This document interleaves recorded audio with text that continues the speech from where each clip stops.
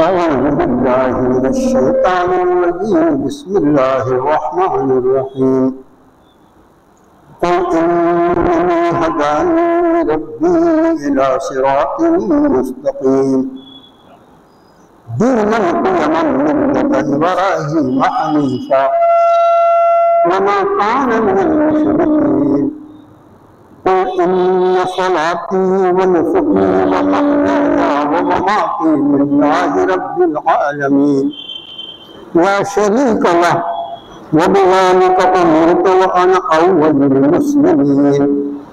सदक़ल्लाहुल अज़ीम। आमनतु बिमा अंज़लल्लाह।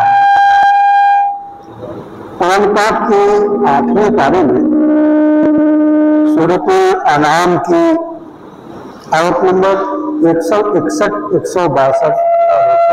8वें पारे में शुरू करो भाई इसको।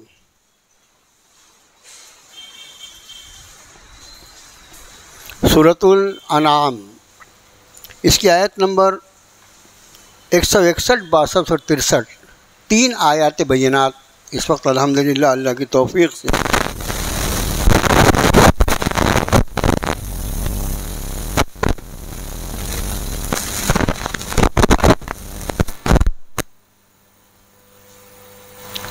सबसे पहले इन आयात बय्यनात का तर्जुमा। इरशाद फरमाया, आप ये इरशाद फरमाइए नबी सल्लल्लाहु अलैहि वसल्लम कि बेशक मेरे रब ने मेरी रहनुमाई फरमाई सिराते मुस्तकीम की तरह, दीन बंदोबस्त वाला जो तरीक़ा है हज़रत इब्राहीम हनीफ़ का, और वो शिर्क करने वालों में से नहीं थे। आप ये भी फरमाइए नबी सल्लल्लाहु अलैहि वसल्लम की बेशक मेरी नमाज और मेरा पढ़ना सबका सब बंदा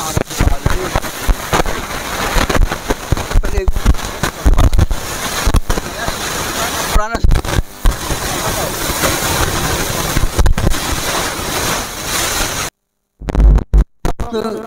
अल्लाह अज़्ज़ व जल ने हमें, आपको और पूरी उम्मत मुस्लिमा को ऐसे अय्याम में रखा है जिनकी शरीयत इस्लामी में बहुत ज़्यादा अहमियत है। और यही वजह है कि हमारे नागपुर है जिसमें रब ने इरशाद फरमाया वल फज्र व लयालिन अश्र व शफ़ वल वत्र। कसम है फज्र की, कसम है 10 रातों की, और कसम है जुफ्त और ताक। जुफ्त और ताक का लफ्ज़ जो है ये थोड़ा सा नया पड़ता है, खास तौर से हमारी नई नस्ल जो है वो बेचारे अंग्रेज़ी मीडियम से केजी से वो बोल चले जाते हैं, जिसलिए उनको जुफ्त ताक नहीं समझता। जुफ्त जो है उसको अंग्रेज़ी में इवन कहते हैं, इवन नंबर, और ताक जो है वो ऑड नंबर जो होता है। जोड़ी जोड़ी से जो चीज़ हो वो जुफ्त कहलाती है, और जो बग़ैर जोड़ का हो उसको ताक कहा जाता है। 3 कसम, इसके बाद रात की भी कसम है, और वो फिर कस्में किस तरह आती हैं कुरान शरीफ में, उसके बाद के मज़ामीन क्या होते हैं। अल्लाह का शुक्र है आप हज़रात को अल्लाह पाक ने उस सब का इल्म अता फरमाया है, इसलिए कि महज अल्लाह ने अपने फजल व करम से हमें अपनी किताब से जो ताल्लुक़ अता फरमाया है उसकी बुनियाद पर ये चीज़ें जो हैं हमारे सारे सामईन के ऊपर अल्लाह ने वाज़ेह फरमा ली। इसमें तो कसमों का कसम जिन चीज़ों की याद फरमाई, एक तो फजर की कसम है। 10 रातें जो हैं मुफस्सिरीन फरमाते हैं हज़रत सहाबा किराम रिज़वानुल्लाह ताला अलैहिम अजमईन में कि ये 10 रातों से मुराद ये अशरे ज़िलहिज की या माह ज़िलहिज का पहला अशरा है। ये 10 रातें जो हैं वो उनकी कसम अल्लाह ने याद फरमाई। हदीस शरीफ में तिरमिज़ी और इब्न माजा ने रवायत किया उस हदीस शरीफ को। अल्लाह के रसूल सल्लल्लाहु अलैहि वसल्लम ने फरमाया कि ज़िलहिज के पहले अशरे के 10 दिन जो हैं वो ऐसे हैं कि इसमें हर दिन का रोज़ा 1 साल की इबादत का अजर रखता है, और रात का क़याम जो है वो लैलतुल क़द्र की तरह होता है। इतनी अहमियत के दिन है। इसलिए ये ज़रूरी है कि जब ये अय्याम अल्लाह ताला अपने फजल व करम से अता फरमाए तो उसके शुक्राने में उन अय्याम का जिन हजरात से ताल्लुक़ है, जिन बाबरकत शख्सियात से ताल्लुक़ है, उनका तज़किरा होना चाहिए। यही वजह है कि आज जो मैंने आयतें आपको पढ़ सुनाया उसमें सबसे पहली आयत है कुल इन्ननी हदानी रब्बी इला सिरातिन मुस्तकीम। आप अंदाज़ फरमाएं नबी करीम सल्लल्लाहु अलैहि वसल्लम से आप ये फरमाइए नबी सल्लल्लाहु अलैहि वसल्लम मेरे रब ने मेरी रहनुमाई फरमाई सिरात मुस्तकीम की तरफ। अगर नबी की रहनुमाई सिरात मुस्तकीम की तरफ रब्बे कायनात फरमाते हैं तो बाकी इंसानों की रहनुमाई के लिए क्या तरीका हो सकता है? जाहिर है वही तरीका हो सकता है जो इस उम्मत को रब ताला ने सिखला दिया कि सुबह से शाम तक 48 मरतबा 5 नमाजों में सुबह से शाम तक 48 मरतबा इहदिनस सिरातल मुस्तकीम, हमारी रहनुमाई सिरात मुस्तकीम की तरफ। वो सिरात मुस्तकीम जिस पर चलकर आदमी दुनिया और आखिरत दोनों जगह की मुकम्मल कामयाबियों से हमकिनार हो सकता है, वो सिरात मुस्तकीम जो बंदे को उसके रब से मिला देता है। इन्न रब्बी अला सिरात मुस्तकीम, अजीब आयत है। इन्न रब्बी अला सिरात मुस्तकीम, बेशक मेरे रब तक पहुंचने का रास्ता सिरात मुस्तकीम है, सीधा सीधा। तो ये सिरात मुस्तकीम कौन सा रास्ता है? ये जो बंदे को उसके रब से मिला दे। फरमाया मेरे रब ने मेरी रहनुमाई फरमाई सिरात मुस्तकीम की तरफ। और फिर इस सिरात मुस्तकीम का नाम ये है दीनन, वो एक दीन है, वो एक तरीक़े ज़िंदगी है। क़ियमम, इंतहाई बंदोबस्त वाला, इंतहाई सुधार वाला, इंतहाई ज़बरदस्त डिसिप्लिन रखने वाला, इंसानी ज़िंदगी के बंदोबस्त को सुधार देने वाला ऐसा दीन है मिल्लत इब्राहीम हनीफा। और ये मिल्लत है जनाबी इब्राहीम हनीफ। इसलिए इसका एक नाम इस्लाम है और दूसरा नाम खुद रब ताला इसका फरमा रहे हैं, ये मिल्लत है हजरत इब्राहीम हनीफ की। दूसरा नाम इसका मिल्लत इब्राहीम है। और कुरान शरीफ में कई मकामात ऐसे हैं जो इस मजमून को रब ताला ने बयान फरमाया है। मौका नहीं है इसलिए कि अपने वक्त का लिहाज करते हुए कुछ ज़रूरी बातें आपके सामने अर्ज करनी है। अब अगली आयत में इरशाद फरमाया कि कुल इन्ना सलाती व नुसुकी व महयाया व ममाती लिल्लाहि रब्बिल आलमीन। आप ये फरमाइए नबी सल्लल्लाहु अलैहि वसल्लम कि ये जो मिल्लत इब्राहीमी है, ये दीन इस्लाम जो बंदोबस्त वाला दीन है, इसका खुलासा ये है कि मेरी नमाज, सलात जो है, नमाज भी इसमें शामिल है। सलात का मतलब दुआ भी होता है, याद रखिए। सलात का मतलब नमाज भी है, सलात यानी दुआ भी है। और मेरी नमाज और फिर मेरी सारी दुआएं, मेरी सारी तवज्जे नुसुक, नुसुक का लफ्ज़ जो उसका मतलब कुर्बानी। तो कुर्बानी जो है, जितनी कुर्बानियाँ इंसान दे सकता है वो सारी कुर्बानियाँ इसमें शामिल, जानवर की कुर्बानी भी इसमें शामिल है। और अगर तकदीर आदमी की यवरी करे और उस मकाम पर अल्लाह खड़ा कर दे कि कभी इस दीन के लिए अपने आप को कुर्बान करना पड़ जाए, तो वो कुर्बानी भी हमेशा मेरी सारी नमाज और नमाज की लाइन से सारी इबादत, फिर मेरी सारी कुर्बानियाँ, वो महयाया वो ममाती, अरे यहाँ तक कि मेरा जिंदा रहना, मेरी जिंदगी और मेरी मौत। अब आप बताइए बचा क्या? मोमिन के पास जिंदगी और मौत का जब लफ्ज आ गया तो क्या कोई एक लम्हा बचा है जो किसी गैर के लिए हो सकता है? किसी गैर के लिए क्या बचा? मेरी जिंदगी, पूरी जिंदगी मैं अपने रब के लिए जीऊंगा और मरूंगा भी तो अपने रब के लिए। क्या बात है! लिल्लाहि रब्बिल आलमीन, उस अल्लाह के लिए जो सारे जहानों का रब है, जो सारे जहानों का रब है, उसमें मैं भी शामिल हूँ, मैं भी तो जहानों में हूँ ना। जब मेरा रब जो है उसके लिए मेरा जीना और मेरा मरना तय है, और इसी का नाम दीन इस्लाम है, इसी का नाम मिल्लत इब्राहीमी है, सब कुछ इसी का नाम है कि आदमी की पूरी जिंदगी और जिंदगी की इंतहा जो है मौत, वो भी अल्लाह का। एक बात ख्याल रखें, मौत किस चीज़ में? मौत आएगी आदमी की उस चीज़ पर जिस पर उसकी ज़िंदगी गुजर रही है। ऐसा मुमकिन है क्या मौत आने के पहले कोई अलार्म, कोई नोटिस आता है भाई अब तेरा वक्त पूरा हो रहा है? ऐसा कुछ नहीं होता। इसलिए मेरे भाइयों, क्या बात कही कुरान शरीफ ने, इरशाद फरमाया या अय्युहल्लज़ीना आमनू उदखुलू फिस्सिल्म काफ़ा वला या अय्युहल्लज़ीना आमनू उदखुलू फिस्सिल्म काफ़ा वला तत्तबिउ खुतवातिश शैतान। ऐ ईमान वालों, इस्लाम में पूरे के पूरे दाखिल हो जाओ। पूरी जिंदगी तुम्हारी इस्लाम पर गुजरे, इसलिए कि मौत का भरोसा नहीं है कब आ जाए। इस्लाम पे जियोगे तो यकीनी तौर पर इस्लाम पे मौत है। इस्लाम पे जियोगे। भाई एक आदमी है, वो चाहता है कि वो बकी में दफन हो जाए, उसकी तमन्ना, हर मुसलमान की तमन्ना होती है भाई। जिस बकी में सहाबा का इतना बड़ा झुरमुट निकलने वाला है हश्र के मैदान के लिए, जिस बकी को नबी करीम सल्लल्लाहु अलैहि वसल्लम के साथियों से सजा हुआ जो कब्रिस्तान है, कौन मोमिन नहीं चाहेगा कि वहाँ दफन हो। लेकिन आज इतना आसान नहीं है, किसी के चाहने से कुछ नहीं होता। लेकिन फ़र्ज़ कीजिए किसी आदमी ने ये तय किया कि मुझे बकी में दफन होना, उसके लिए क्या ज़रूरी है?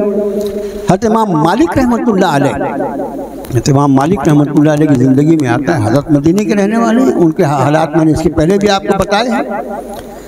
पूरी ज़िंदगी इंतहाई कीमती कपड़ा पहनते रहे, इसलिए कि एक साहब थे जो उनको पूरे साल का नया कपड़ा देते थे, हर दिन नया कपड़ा, कपड़ा उतार के फिर उसको सदका कर देते थे। इतना कीमती कपड़ा पहनने के बाद कभी पैर में चप्पल नहीं पहना, जूता नहीं पहना। इमाम मालिक की ज़िंदगी का ये क्यों नहीं पहना? उन्होंने, उनका ये ख्याल था कि मैं जूता पहनूं, चप्पल पहनूं, ऐसा ना हो कि कभी मेरी चप्पल उस मकाम पर पड़ जाए जहाँ रसूलुल्लाह का पाए मुबारक पड़ा। ये अदब, इस अदब की वजह से रोज़ाना रसूलुल्लाह की ज़ियारत होती थी, रोज़ाना ख्वाब में ज़ियारत होती थी। बहरहाल इमाम मालिक रहमतुल्लाह अलैह सिर्फ हज के लिए मदीने से निकलते थे। और हज, अब हज तो जाहिर है कि मक्का और मक्के के अतराफ में होता है ना, हज के मनासिक पूरे हुए कि बिला ताखीर वो वापस हो जाते थे दौड़ते हुए मदीने की तरफ। क्यों इतनी जल्दी क्यों करते हैं आप, इतनी भागम भाग? मैं हाँ, मैं चाहता हूँ कि मेरी मौत मदीने में हो और मुझे बकी में दफन। इसलिए कि मसला ये है कि आदमी जब कहीं इंतकाल कर जाए तो आम हालात में जहाँ उसका इंतकाल हुआ वहाँ दफन कर दिया जाएगा। तो जब बकी में दफन होना है तो बकी के पास रहना पड़ेगा। तो मेरे भाइयों, यहाँ पर फरमाया मेरी ज़िंदगी और मेरी मौत सब के सब उस अल्लाह के लिए जो सारे जहान का परवरदिगार है, ला शरीक है, उसे कोई शरीकी नहीं। फ़बिज़ालिका उमिरतु व अना अव्वलुल मुस्लिमीन, इसी बात को मुझे हुक्म पर फरमाया गया और मैं सबसे पहले इस पर अपनी गर्दन झुकाने वाला। ये तो इन आयात बयनात का तर्जुमा और थोड़ी सी तशरीह होगी। अब मिल्लत इब्राहिमी जो असल मजमून है आज का, वो मिल्लत इब्राहिमी का की शुरुआत यहाँ से आप करें। कुरान शरीफ की रोशनी में अगर हम देखें तो जिन अम्बिया अला नबीना अलैहिस्सलातु वस्सलाम के वाक़यात को कुरान ने बहुत ज़्यादा तफसील के साथ बयान किया है। उसमें हज़रत इब्राहीम अलैहिस्सलाम, हज़रत मूसा अलैहिस्सलाम, दोनों पैगंबर, ये अल्लाह के वो नबी हैं जिनको इतनी आजमाइशों से अल्लाह ने गुजारा कि खुद ही ये सनद दे दी कि इन्ना इब्राहीम काना उम्मा, इब्राहीम अपनी ज़ात में एक पूरी उम्मत थी, पूरी उम्मत, एक उम्मत। उम्मत का दो तर्जुमा, उम्मत का तर्जुमा गिरोह भी होता है, उम्मत का तर्जुमा ज़माना भी होता है, वक्त भी होता है, दौर भी होता है, कई तरीके, उसका तरीक़ा भी होता है, कई तर्जुमा होता है। फरमाया हज़रत इब्राहीम एक पूरी उम्मत थे। मुफस्सिरीन ने लिखा कि एक पूरी उम्मत को जिन मुख्तलिफ आजमाइशों से एक तवील दौर में गुजारा जा सकता है, सैयदना इब्राहीम को उन सब हालात से गुजार दिया। और यही तो वजह मेरे भाई, जो मकाम रब ने अता फरमाया अपने इस नबी को, इस पैगंबर को, वत्तखज़ल्लाहु इब्राहीम खलीला, अल्लाह ने हज़रत इब्राहीम को अपना दोस्त बनाया। अल्लाह किसी इंसान को यह फरमा दे कि इसको मैंने अपना दोस्त बनाया, उस इंसान का, उस फर्द बशर का मकाम क्या होगा अल्लाह के पास।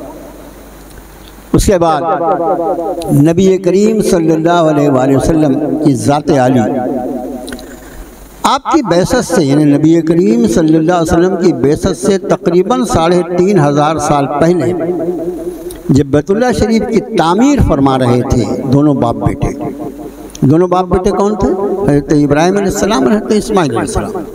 ये ख्याल रहे आखिर असल में ये सोशल मीडिया, उसमें कुछ भलाइयाँ भी हैं लेकिन परेशानियाँ ज़्यादा हैं। अब अल्लाह किसी को तौफीक अता फरमाए कि उसकी परेशानियों से बचते हुए खाली भलाइयों का फ़ायदा उठाए लो ठीक, वरना वो फंस गया तो फंस गया।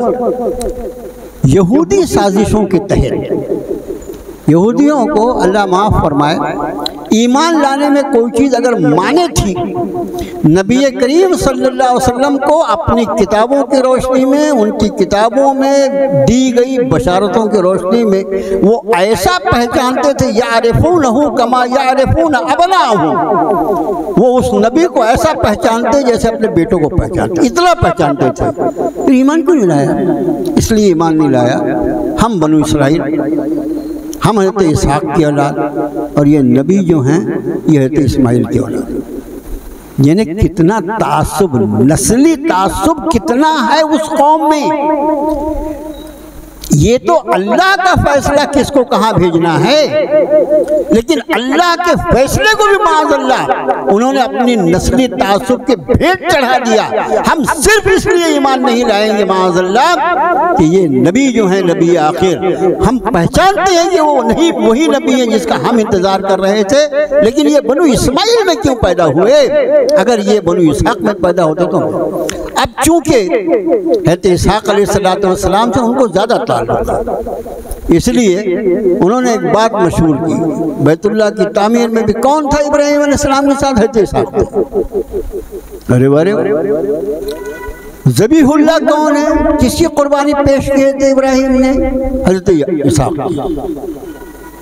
कुरान फरमाता है अल्हम्दुलिल्लाहिल्लज़ी वहब ली अलल किबरि इस्माईल व इसहाक। सारी तारीफ़ उस अल्लाह के लिए जिसने मुझे बुढ़ापे में इस्माइल और इसहाक अता फरमाया। पहले इस्माइल हैं, कहते इस्माइल बड़े साहबजादे हैं, बड़े फर्जंद हैं, और कहते इसहाक जो है वो छोटे। तो ज़बीहुल्लाह भी कहते इस्माइल, और बैतुल्लाह की तामीर में हज़रत सैयदना इब्राहीम अलैहिस्सलाम के साथ जो हाल बता रहे हैं वो भी ये दोनों हज़रत इस्माइल है, हज़रत इब्राहीम अलैहिस्सलाम। उस बैतुल्लाह की तामीर के मौके पर जो मुख्तलिफ दुआएं फरमाई है इब्राहीम ने, वहाँ क्या था जब बैतुल्लाह बन रहा था? कुछ भी नहीं था, खाली चटियल मैदान, पहाड़, कुछ नहीं। हाँ, पानी का चश्मा था, वो भी हज़रत इस्माइल के पैरों की बरकत से अल्लाह ने अता फरमाया था अपने हुक्म से। हज़रत इब्राहीम की दुआओं में एक दुआ है, रब्बना वबास फीहिम रसूलम मिनहुम, ऐ परवरदिगारा इन्हीं लोगों में से जिनको मैं यहाँ बसा रहा हूँ, इन्हीं की नस्लों में, रब्बना वबास फीहिम रसूलम मिनहुम, इन्हीं में से एक ऐसे रसूल को मबूस फरमाना, यतलू अलैहिम आयातिक, जो उन पर तेरी आयतों को पढ़कर सुनाए, वयुअल्लिमुहुमुल किताब वल हिकमा, इनको किताब और हिकमत की तालीम दे, वयुज़क्कीहिम, और उनका तज़किया कर। सैयदना नबी करीम सल्लल्लाहु अलैहि वसल्लम ने, तिरमिज़ी ने इस रवायत को नकल किया, आप फरमाते हैं मैं अपने वालिद इब्राहीम की दुआ का जवाब हूँ। आप अंदाज करें कि हमारा ताल्लुक़ कितना है सैयदना इब्राहीम अलैहिस्सलाम। अल्लाह के रसूल सल्लल्लाहु अलैहि वसल्लम फरमाते हैं मैं अपने बाप इब्राहीम की दुआ का जवाब हूँ। इसका माना कि दुआ के कबूल होने में मुद्दत कितनी लगी?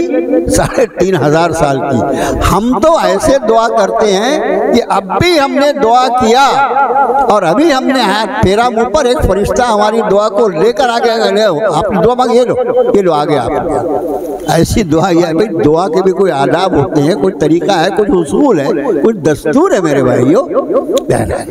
अब सैयदना इब्राहीम अलैहिस्सलाम के ताल्लुक़ से ये पूरा अशरा जो है, पूरा अशरा। अब इसमें एक तो ये देखिए कि इसमें अय्याम हज है। हज कहाँ से शुरू हुआ? हज की इब्तिदा जो है वो हज़रत आदम अलैहिस्सलाम के दौर से हुई। सबसे पहला हज हज़रत आदम अलैहिस्सलाम ने फरमाया, उनके पहले फरिश्ते हैं। इनके बैतुल मामूर तो है ना आसमानों पर हज़रत आदम से, लेकिन और हज़रत आदम अलैहिस्सलाम ने फरिश्तों के बाद हज़रत आदम अलैहिस्सलाम ने बैतुल्लाह की तामीर फरमाई। फिर उन्होंने जैसे भी तामीर फरमाई थी, नूह अलैहिस्सलाम के दौर में जो तूफ़ान आया, वो जो हज़रत आदम अलैहिस्सलाम की तामीर थी वो उस तूफ़ान की वजह से मुनहदिम हो गई। फिर वहाँ एक टीला मौजूद था, टीला उठी हुई जगह। हजरत अंबिया उसी जगह पर आते थे और हज करते थे, ये ख्याल करें। और फिर हज़रत इब्राहीम अलैहिस्सलाम को उसकी तामीर जदीद का हुक्म फरमाया, और तामीर जदीद के बाद फिर हज़रत इब्राहीम को एक मरतबा हुक्म फरमाया गया, वाज़िन फिन्नास बिल हज यातूक रिजालन व अला कुल्लि ज़ामिरी यातीन मिन कुल्लि फज्जिन अमीक़। इब्राहीम हज का ऐलान कर दो, मुअज़्ज़िन, इसी से मुअज़्ज़िन का लफ्ज़ बना है, अजान देने वाले को मुअज़्ज़िन कहते हैं ना। ये इस अजान को 5000 साल हुए। जब अल्लाह किसी चीज में तासीर डाल दे तो वो तासीर कैसी होती है इसका आप अंदाज फरमाएं।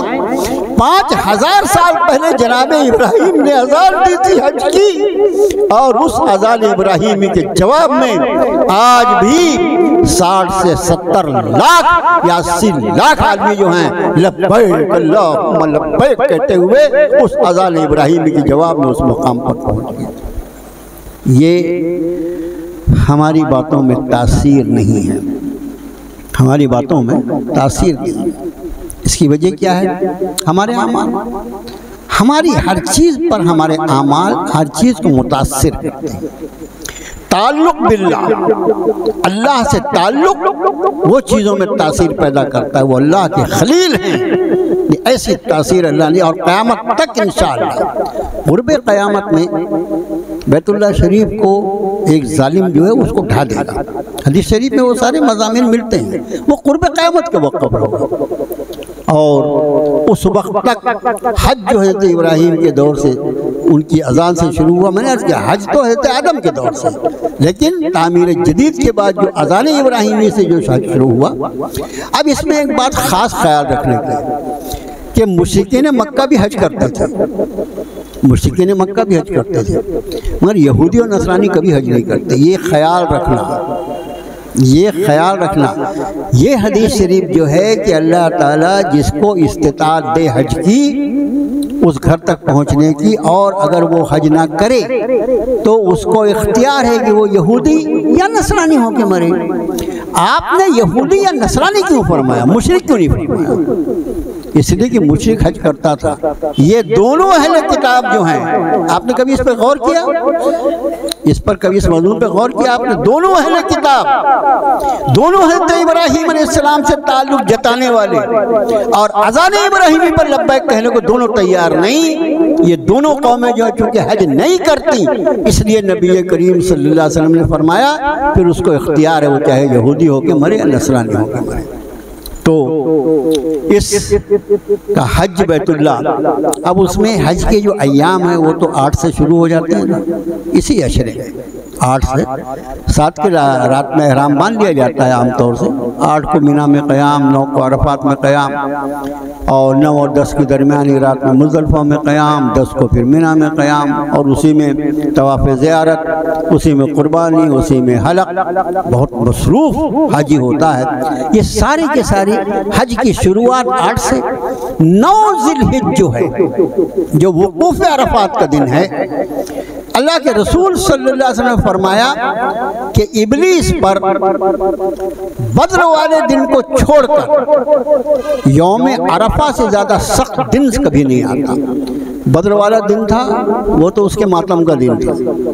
उस दिन वो ये समझ के, वो यौमुल फुरकान था ना, बद्र के दिन को कुरान ने कहा यौमुल फुरकान।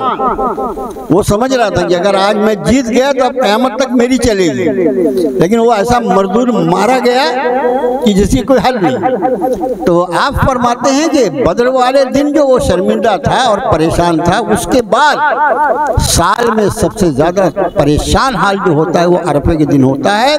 अल्लाह की उन मग़फ़िरतों को देखकर जो अल्लाह ताला हाजियों को अता फरमाते हैं। हाजी खुद के लिए जो मांगता है रब ताला वो भी अता फरमा देते हैं, और उसके बाद हाजी जिसके लिए दुआ करता है अल्लाह उसकी भी मग़फ़िरत फरमा देता है। ऐसी आम अता होती है इन्हीं अय्याम में। इस 9 तारीख के ताल्लुक से एक बात याद दिला दूँ आपको, कहीं बाद में मजमून समेटते समेटते रह ना जाए, वो ये कि 9 तारीख का जो रोज़ा है हाजियों के लिए 9 का रोज़ा नहीं है, ये ख्याल रखना। हाजी साहब गए, उनको लगा वो 9 का रोज़ा, हाजी साहब को नहीं रखना है। क्यों नहीं रखना है? इसलिए कि अल्लाह के रसूल सल्लल्लाहु अलैहि वसल्लम ने अपने हज के दौरान उस दिन रोज़ा नहीं रखा, और बाकी जो दिन होते थे उसमें आप 9 तारीख को रोज़ा रखते थे, 9 ज़िलहिज को। तो 9 तारीख का रोज़ा जो है वो बहुत अहमियत का हामिल है।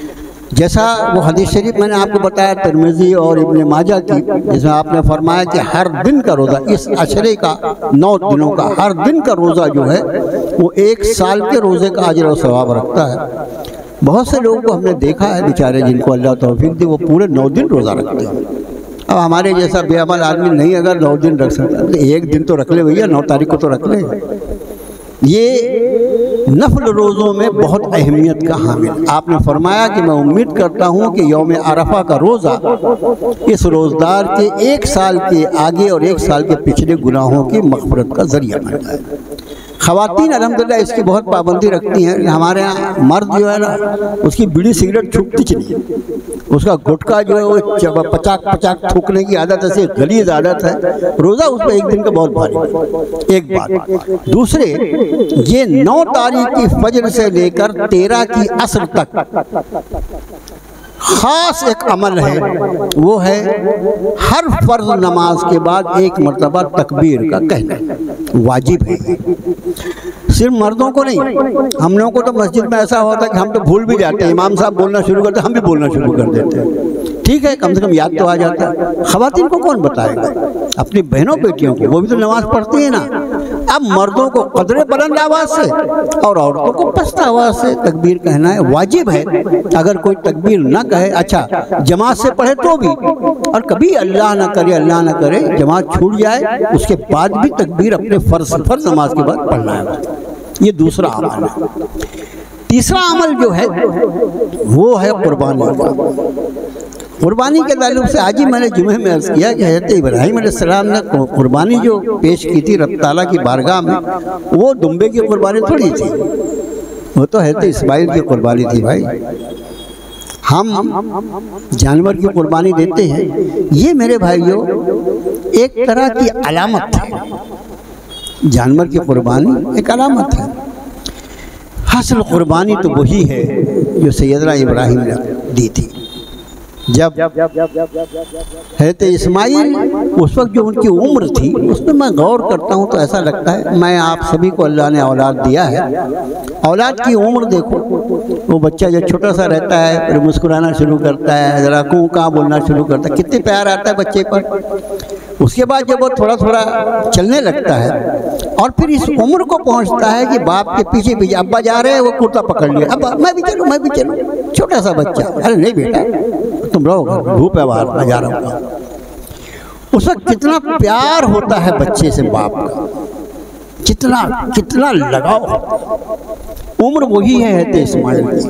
फलम्मा बलगा मासा, जब इस उम्र को पहुँचे कि उनके साथ साथ चलने फिरने लगे, और फिर इशारे में देखो अल्लाह आलिमुल गैब व शहादा है।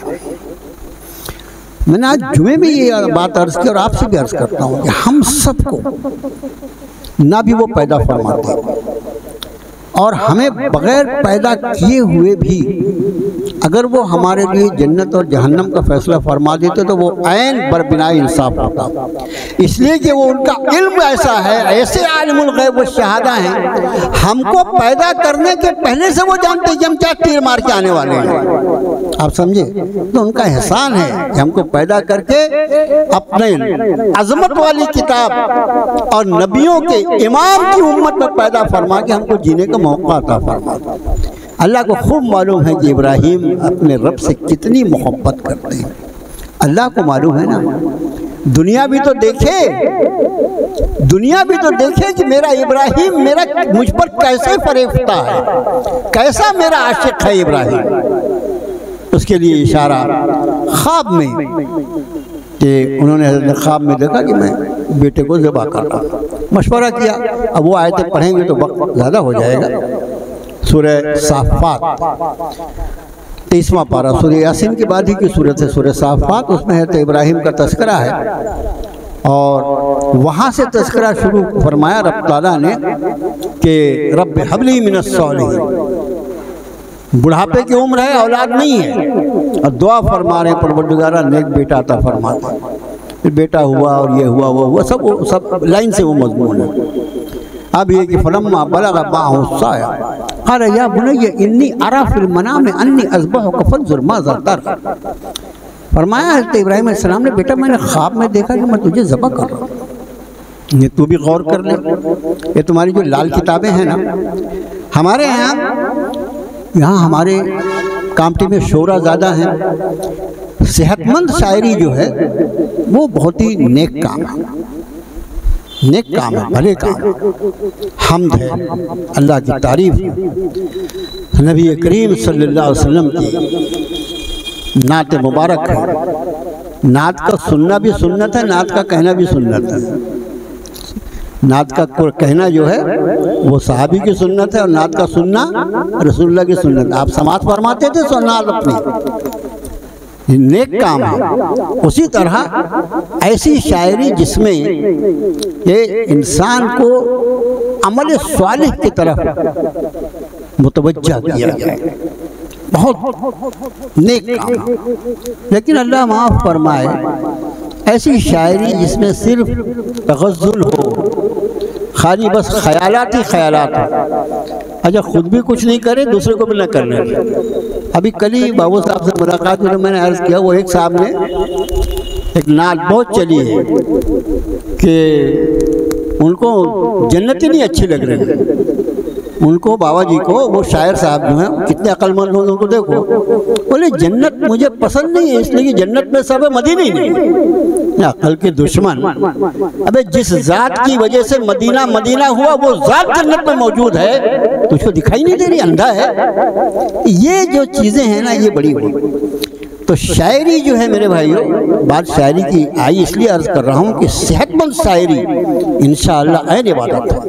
लेकिन उसका जैसे मैंने अभी बताया आपको, ऐसे शायरों ने और इसी तरह के ऐसे मुक़र्रिरीन और उलमा ने ऐसी तकरीर कर दो, सामने वाले रोने लग जाएं या वाह वाह वाह वाह नारा मारने लगे, और आखिरी में नोट ला के मौलाना की जेब में डालना शुरू करते, बात बन जाए।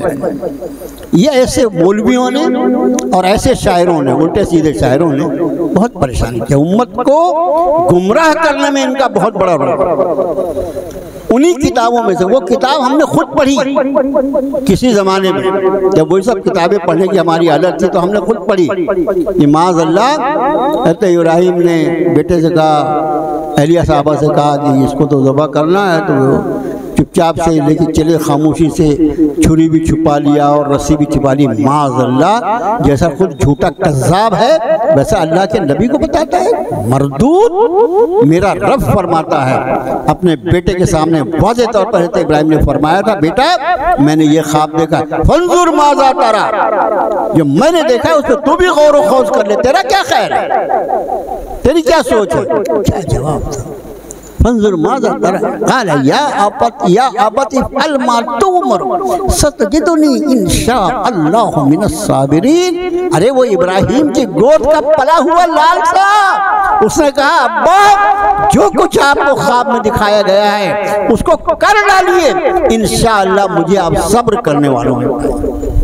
ये खलीलुल्लाह का बेटा है, ज़बीहुल्लाह, इसको अल्लाह ने बनाने का फैसला फरमाया है। पूरी तारीख़ इंसानियत में ऐसा वाक़या कभी नहीं हुआ जो हज़रत खलीलुल्लाह के साहबजादे हज़रत ज़बीहुल्लाह के साथ हो। अब फिर रब ने फरमाया फलम्मा अस्लमा वतल्लहु लिलजबीन, जब दोनों ने अल्लाह के हुक्म के आगे अपनी गर्दन डाल दी और उन्होंने करवट के बल लिटा दिया। हदीस शरीफ में आता है, वो हदीस शरीफ किस दर्जे की है, क्या है, हदीस शरीफ में है इसके पहले खुद हज़रत इस्माइल अलैहिस्सलाम ने ये मशवरा दिया था कि बजान आप इतने नर्म दिल हैं, ऐसा ना हो कि छुरी चलाते वक्त आप मेरी मोहब्बत में आपसे कोई लग़ज़िश हो जाए, इसलिए आप ऐसा करें कि अपने आंखों पे पट्टी बांध लें। हज़रत इब्राहिम ने पट्टी बांधकर छुरी, रब्बे कायनात ने इस आजमाइश में इब्राहिम को डाला था कि हम दुनिया को दिखाना चाहते हैं, एक तरफ बुढ़ापे की औलाद है, दुआओं के बाद पैदा होने वाली औलाद है, इस उम्र में है कि साथ साथ चलता फिरता है, अकलौता बेटा है, और एक तरफ हम हैं, दुनिया देख ले कि जो हमसे मोहब्बत करने वाले होते हैं उनकी मोहब्बत कैसी होती है। और इब्राहिम ने यह साबित कर दिया, अल्लज़ीना आमनू अशद्दु हुब्बन लिल्लाह, सब ईमान वाले सबसे शदीद मोहब्बत अल्लाह से करते हैं। इसलिए उन्होंने ये साबित कर दिया कि परवरदिगारा, हाँ बेटा महबूब है, बेटा महबूब है, बेटा मेरा चहीता है, बेटा मेरा लाडला है, लेकिन इस बेटे से ज्यादा मैं तुझसे मोहब्बत करता हूँ। तेरे मुकाबले में कोई मोहब्बत जो होगी इब्राहिम उसको कबूल नहीं करेगा, मेरी पहली और आखिरी मोहब्बत इजाज़त डाल छुरी डाल। यहाँ मैं अर्ज करता हूँ कि इब्राहिम ने छुरी किस पे चलाई? दुम्बे पे चलाई थी। कहते इब्राहिम ने इसकी गर्दन पे छुरी चलाई। फलम्मा अस्लमा लहू जबीन वनादैनाहु या इब्राहिम, हमने पुकारा इब्राहिम, कद सद्दक़्ता रुया, तुमने तो अपने ख्वाब को सच कर दिखाया। इन्ना कज़ालिक नज्ज़ी करने वालों को ऐसे ही बदला दिया करते हैं।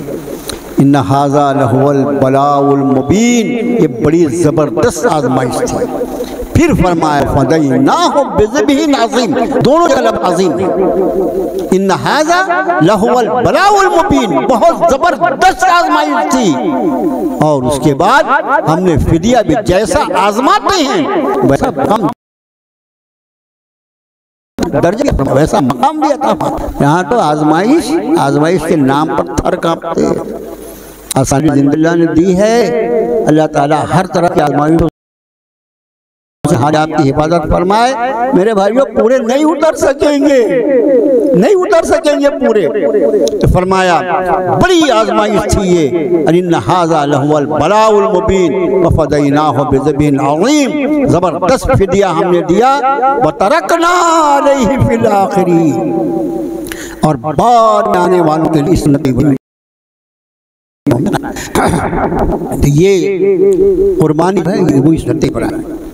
कुर्बानी में कुछ बातें जो वक्त का लिहाज करते आप सर्च कर सकते, वैसे आपको हमारे खतीब हजरात, हमारे उलमा, अल्लाह का शुक्र है कि जुमे में उसको बयान भी करते हैं।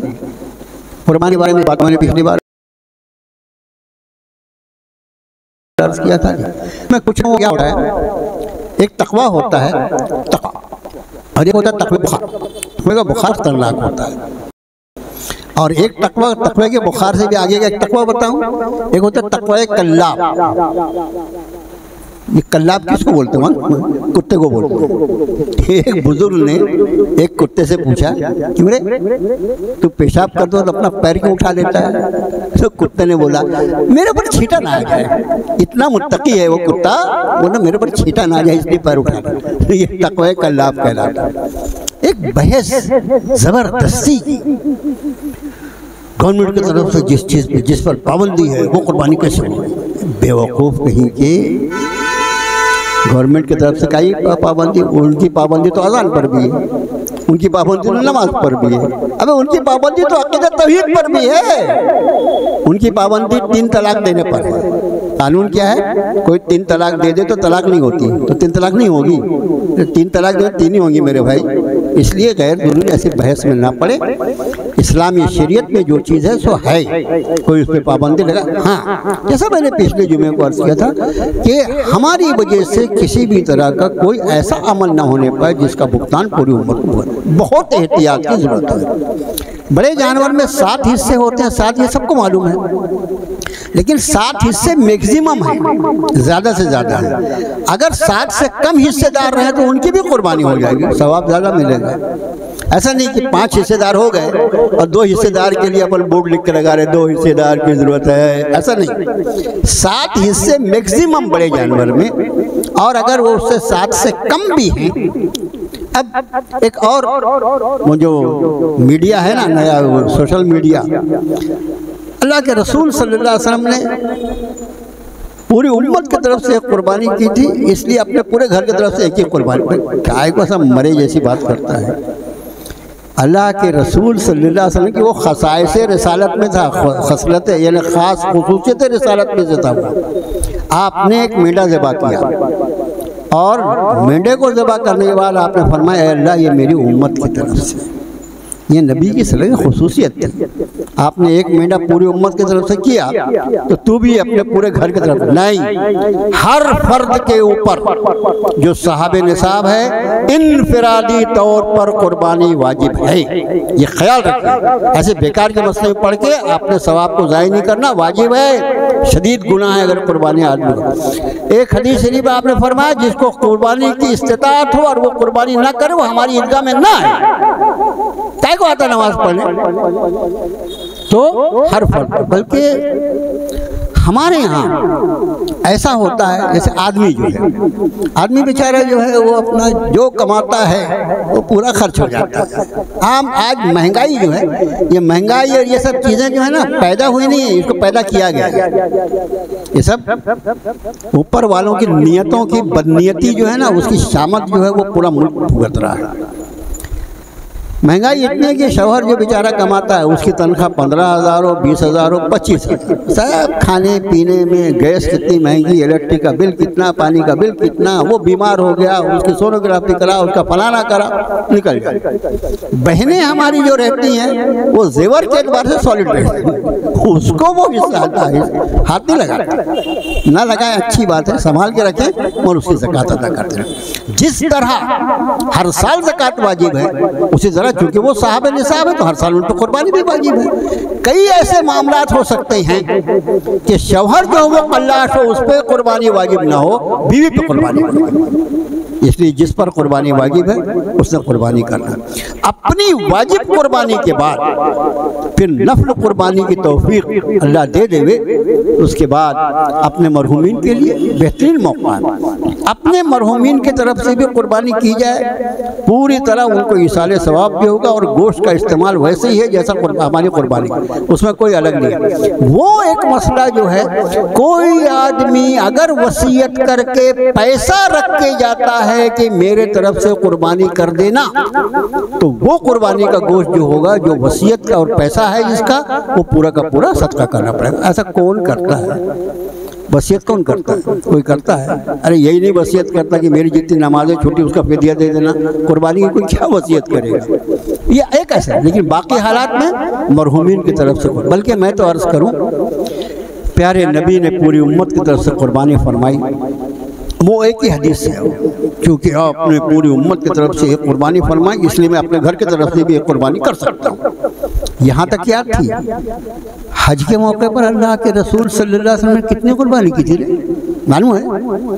हज के मौके पर आप सल्लल्लाहु अलैहि वसल्लम ने 100 ऊँट ज़िबा किए थे, 100 ऊँट, और उन 100 ऊँटों में से 63 ऊँटों को आपने अपने दस्ते मुबारक से ज़बा फरमाया था, और उसके बाद आप थक गए और 64वें ऊँट के वक्त अली के हवाले चोरी कर दी, अली बाकी ऊँटों को तुम ज़बा करो।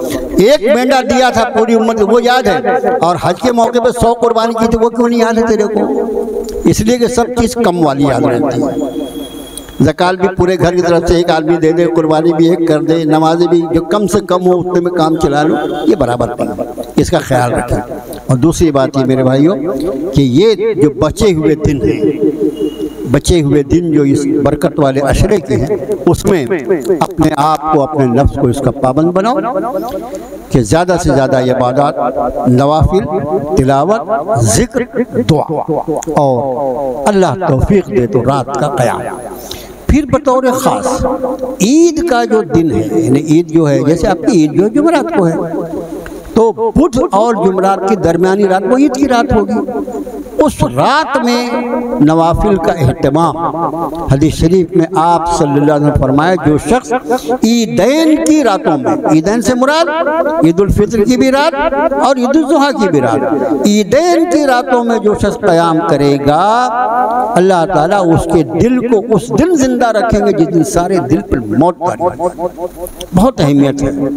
पूरी रात ना हो तो 2, 4, 10, 20 रकात नमाजें, थोड़ा सा रोना धोना, थोड़ा सा अल्लाह के सामने तौबा इस्तिग़फ़ार, इसका ख्याल रखें। हम भी करें और अपने घर के लोगों को भी इसकी तलक़ीन करें। हमने ख़वातीन तक दीन के पहुँचाने का कोई बंदोबस्त किया नहीं है और इसकी वजह से हमारी सारी परेशानी है। उसका कुछ ना कुछ इंतज़ाम ऑल इंडिया मुस्लिम पसंदीदा बोर्ड ने वो जो हलफनामा दाखिल किया सुप्रीम कोर्ट में, आप लोगों ने देखा होगा, उसमें बहुत इस तरह की चीज़ें, बहरहाल उस पर अभी कोई बात नहीं। बस इसके साथ ही ये भी अर्ज़ कर दें कि चूँकि ईद जुमेरात के दिन है, इसलिए हमारे यहाँ के दर्स के जिम्मेदार साथियों ने मुझसे फरमाया कि अगला जुमा जो रहेगा वो आपको ऑफ रहेगा, फिर छुट्टी रहेगी, इसलिए कि वो तो यौम ताम रहेगा, तो इसलिए अगला जुमा जो होगा वो दर्स मुलतवी रहेगा। और उसके बाद जो हमारा सिलसिलेवार दर्स चल रहा है सूरह बकरा पे, इंशाअल्लाहुल अज़ीज़ उसके बाद वाले हफ्ते में, यानी बीच का जुमा दर्स नहीं होगा, उसके बाद के जुमे में वही सिलसिलेवार दर्स इंशाअल्लाह आपके सामने हाजिर होंगे। दुआ फरमा लें कि अल्लाह ताला पूरी उम्मत मुस्लिमा की हिफाजत फरमाए, पूरी उम्मत मुस्लिमा पर अपनी हिफाजत की चादर डाल दे, पूरी उम्मत मुस्लिमा को इतने अज़मत वाले नबी और इतनी अज़मत वाली किताब की कदरदानी की तौफीक अता फरमा दे। अल्लाह हमारे क़ुलूब जिस पर दुनिया सवार हो गई है, अल्लाह इसको अपनी मोहब्बत से भर दे, अपनी रज़ा से भर दे, अपनी चाहत से भर दे, अल्लाह अपने नूर से भर दे। अल्लाह अपनी रज़ा को हमारी ज़िंदगी का मकसद बनाने की तौफीक अता फरमा दे। अल्लाह दुनिया भी तेरी, आखिरत भी तेरी, और हम गुनहगार बंदे भी तो तेरे ही हैं। अल्लाह तेरे सिवा कोई माबूद नहीं, तेरे सिवा कोई मसजूद नहीं, तेरे सिवा कोई इलाह नहीं, तेरे सिवा कोई अल्लाह नहीं। अल्लाह तू ही हमारा रब है। अल्लाह तेरे सिवा कोई रब हो ही नहीं सकता। अल्लाह अपने गुनहगार बंदों को निगाह करम फरमा दे। अल्लाह हमारे क़ुलूब, हमारे आज़ा व जवारे सब के सब तेरे कब्ज़े कुदरत में हैं। अल्लाह इन सब को अपने फज़ल, अपने करम से अपनी रज़ा की तरफ मोड़ ले। अल्लाह इस उम्मत को रुजू इलल किताब और रुजू इलस सुन्नह की तौफीक अता फरमा दे। सल्लल्लाहु तआला अला खैर खल्क़िही मुहम्मद व आलिहि।